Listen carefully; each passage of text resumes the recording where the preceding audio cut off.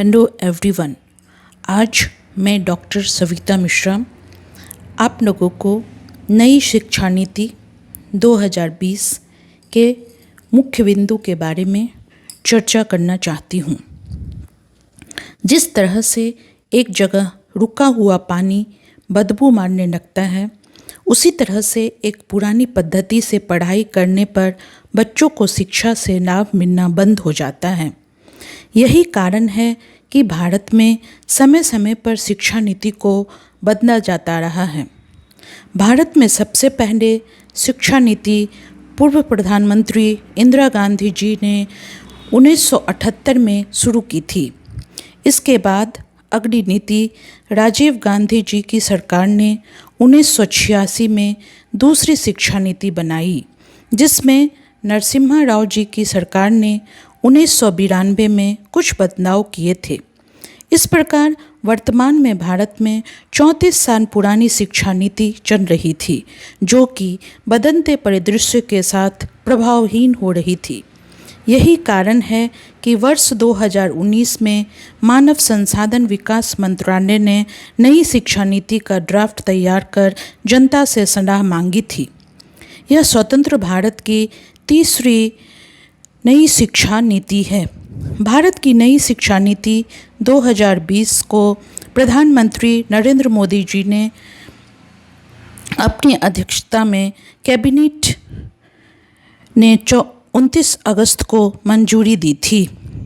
इस नई शिक्षा नीति का मसौदा पूर्व इसरो प्रमुख के कस्तूरीरंगन की अध्यक्षता में विशेषज्ञों की एक समिति ने तैयार किया था, जिसका गठन जून 2017 में ही हो गई थी। नई शिक्षा नीति 2020 में शिक्षा दर पर सकल घरेलू उत्पाद का 6% खर्च किया जाएगा, जो कि अभी 4.43% है। 10+2 के स्थान पर 5+3+3+4 प्रणाली के आधार पर विभाजित होगी। अब 5वीं कक्षा तक की शिक्षा मातृभाषा में होगी। मानव संसाधन विकास मंत्रालय का नाम बदलकर शिक्षा मंत्रालय कर दिया गया है। अतः रमेश पोखरियाल जी अब देश के शिक्षा मंत्री कहलाएंगे। इसका उद्देश्य शिक्षा और सीखने की तरफ ध्यान आकर्षित करना है। लॉ और मेडिकल एजुकेशन को छोड़कर समस्त उच्च शिक्षा के लिए एक सकल निकाय के रूप में भारत उच्च शिक्षा आयोग का गठन किया जाएगा, अर्थात उच्च शिक्षा के लिए एक सिंगल रेगुलेटर होगा। उच्च शिक्षा के 3.5 करोड़ नई सीटें जोड़ी जाएगी। 6ठी कक्षा से वोकेशनल कोर्स शुरू किए जाएंगे। इसके लिए इच्छुक छात्रों को 6वीं कक्षा के बाद से ही इंटर्नशिप कराई जाएगी। म्यूजिक और आर्ट्स को पाठ्यक्रम में शामिल कर बढ़ावा दिया जाएगा। तकनीकी शिक्षा भाषीय बाध्यताओं को दूर करने, दिव्यांग छात्रों के लिए शिक्षा को सुगम बनाने आदि के लिए तकनीकी के प्रयोग को बढ़ावा देने पर बल दिया गया है। इस शिक्षा नीति में छात्रों में रचनात्मक सोच, तार्किक निर्णय और नवाचार की भावनाओं को प्रोत्साहित करने पर बल दिया गया है। ई पाठ्यक्रम को बढ़ावा देने के लिए एक राष्ट्रीय शैक्षिक टेक्नोलॉजी फोरम बनाया जा रहा है, जिसके लिए वर्चुअल लैब विकसित की जा रही है।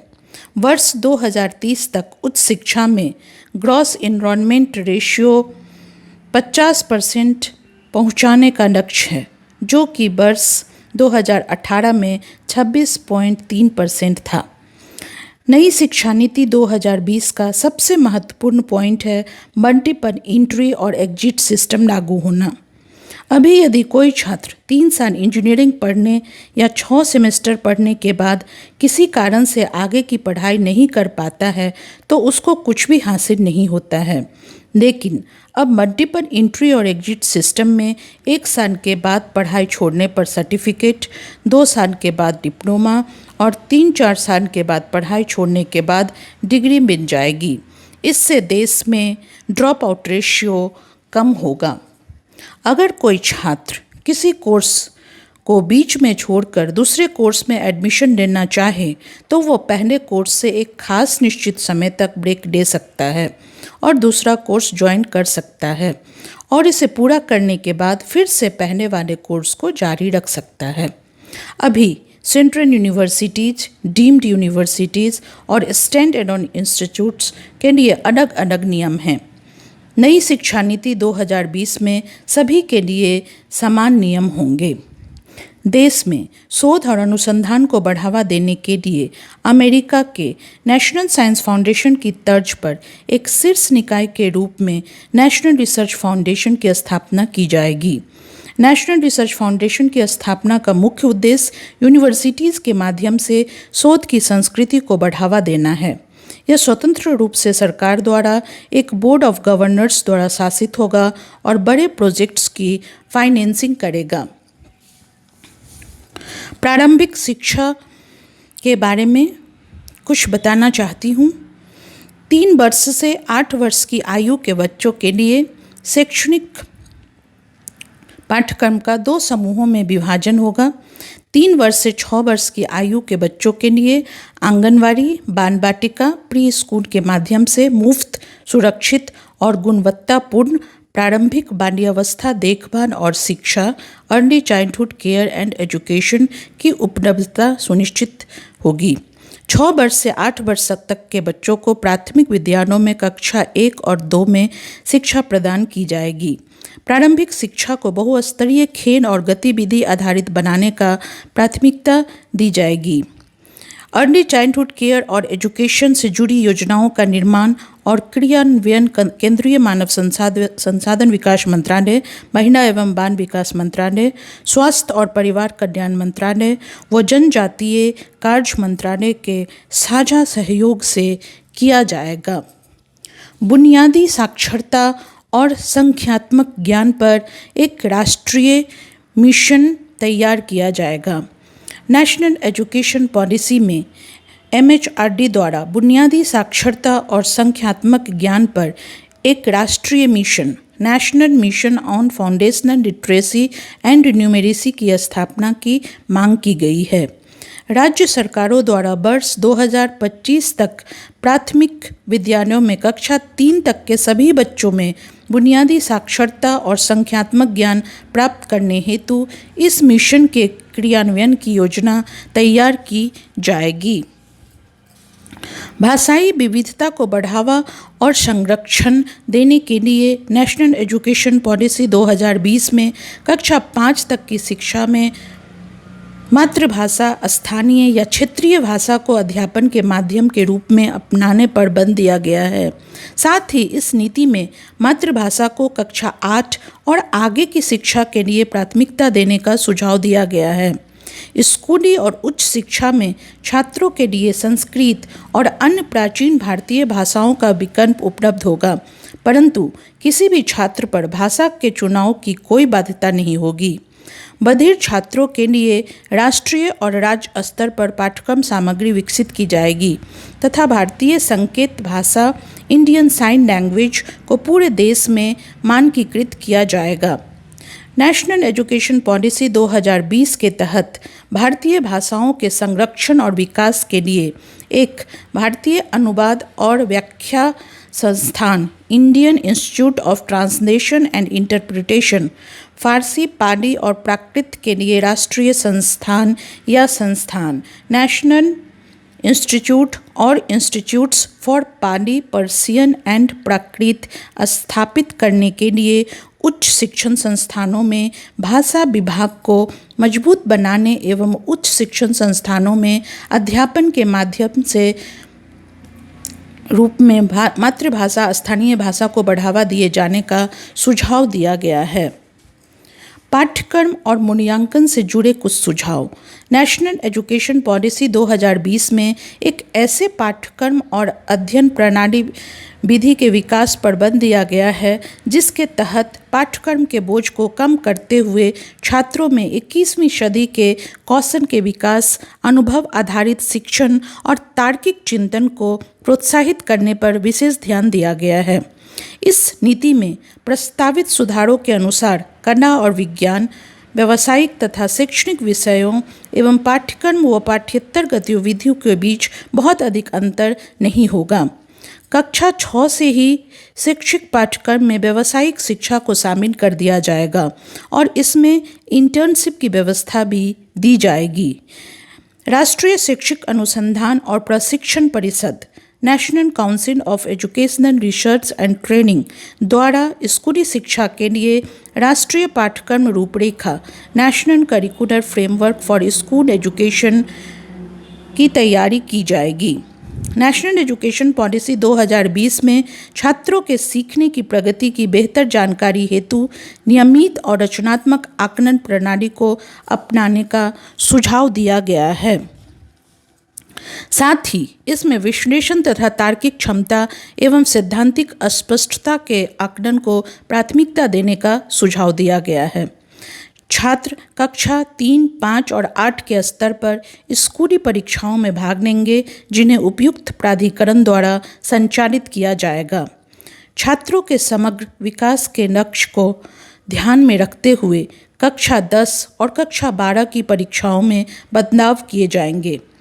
इसमें भविष्य में सेमेस्टर या बहुविकल्पीय प्रश्न आदि जैसे सुधारों को शामिल किया जा सकता है। छात्रों की प्रगति के मूल्यांकन के लिए मानक निर्धारक निकाय के रूप में परख नामक एक नए राष्ट्रीय आकलन केंद्र नेशनल असेसमेंट सेंटर की स्थापना की जाएगी।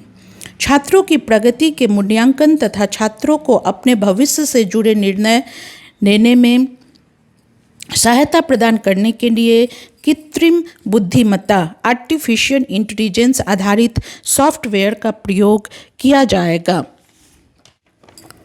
शिक्षण प्रणाली से जुड़े सुधार, शिक्षकों की नियुक्ति में प्रभावी और पारदर्शी प्रक्रिया का पालन तथा समय समय पर लिए गए कार्य प्रदर्शन आकलन के आधार पर पदोन्नति होगी।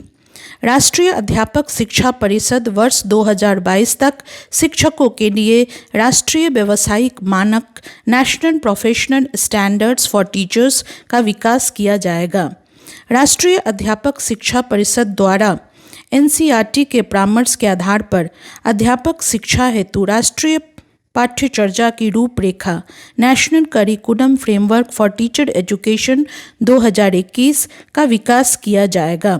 वर्ष 2030 तक अध्यापन के लिए न्यूनतम डिग्री योग्यता 4 वर्षीय एकीकृत बीएड डिग्री का होना अनिवार्य किया जाएगा। उच्च शिक्षा के बारे में कुछ बताना चाहती हूँ। नेशनल एजुकेशन पॉलिसी 2020 के तहत उच्च शिक्षण संस्थानों में सकल नामांकन अनुपात ग्रॉस इनरोलमेंट रेशियो को 26.3% जो 2018 में था उससे बढ़कर 50% तक करने का लक्ष्य रखा गया है। इसके साथ ही देश के उच्च शिक्षण संस्थानों में 3.5 करोड़ नई सीटों को जोड़ा जाएगा। नेशनल एजुकेशन पॉलिसी 2020 के तहत स्नातक पाठ्यक्रम में महत्वपूर्ण सुधार किया गया है। इसके तहत 3 या 4 वर्ष के स्नातक कार्यक्रम में छात्र कई स्तरों पर पाठ्यक्रम को छोड़ सकेंगे और उन्हें उसी के अनुरूप डिग्री या सर्टिफिकेट प्रदान किया जाएगा। जैसे 1 वर्ष के बाद सर्टिफिकेट, 2 वर्षों के बाद एडवांस डिप्लोमा, 3 वर्षों के बाद स्नातक की डिग्री तथा 4 वर्षों के बाद शोध के साथ स्नातक। विभिन्न उच्च शिक्षण संस्थानों से प्राप्त अंकों या क्रेडिट को डिजिटल रूप से सुरक्षित रखने के लिए एक एकेडमिक बैंक ऑफ क्रेडिट दिया जाएगा, जिससे अलग अलग संस्थानों में छात्रों के प्रदर्शन के आधार पर उन्हें डिग्री प्रदान की जाएगी। नई शिक्षा नीति के तहत एमफिल कार्यक्रम को समाप्त कर दिया गया है। भारत उच्च शिक्षा आयोग चिकित्सा एवं कानूनी शिक्षा को छोड़कर पूरे उच्च शिक्षा के क्षेत्र के लिए एक एकल निकाय के रूप में भारत उच्च शिक्षा आयोग higher education commission of India का गठन किया जाएगा। Higher education commission of India के कार्यों के प्रभावी और ट्रांसपेरेंसी निष्पादन के लिए 4 संस्थानों निकायों का निर्धारण किया गया है। विनियमन हेतु राष्ट्रीय उच्चतर शिक्षा नियामकीय परिषद, national higher education regulatory council, मानक निर्धारण सामान्य शिक्षा परिषद, जनरल एजुकेशन काउंसिल, वित्त पोषण उच्चतर शिक्षा अनुदान परिषद, हायर एजुकेशन ग्रांट्स काउंसिल, प्रत्यापन राष्ट्रीय प्रत्यापन परिषद, नेशनल एक्रीडेशन काउंसिल। महाविद्यालयों की संबद्धता 15 वर्षों में समाप्त हो जाएगी और उन्हें क्रमिक स्वायत्तता प्रदान करने के लिए एक चरणबद्ध प्रणाली की स्थापना की जाएगी। देश में आईआईटी और आईआईएम के समकक्ष वैश्विक मानकों के बहुविषयक शिक्षा एवं अनुसंधान विश्वविद्यालय, multi disciplinary education and research universities की स्थापना की जाएगी। शिक्षा मूल्यांकन योजनाओं के निर्माण और प्रशासनिक क्षेत्र में तकनीकी के प्रयोग पर विचारों के स्वतंत्र आदान प्रदान हेतु राष्ट्रीय शैक्षिक प्रौद्योगिकी मंच, नेशनल एजुकेशन टेक्नोलॉजी फोरम नामक एक स्वायत्त निकाय की स्थापना की जाएगी। धन्यवाद।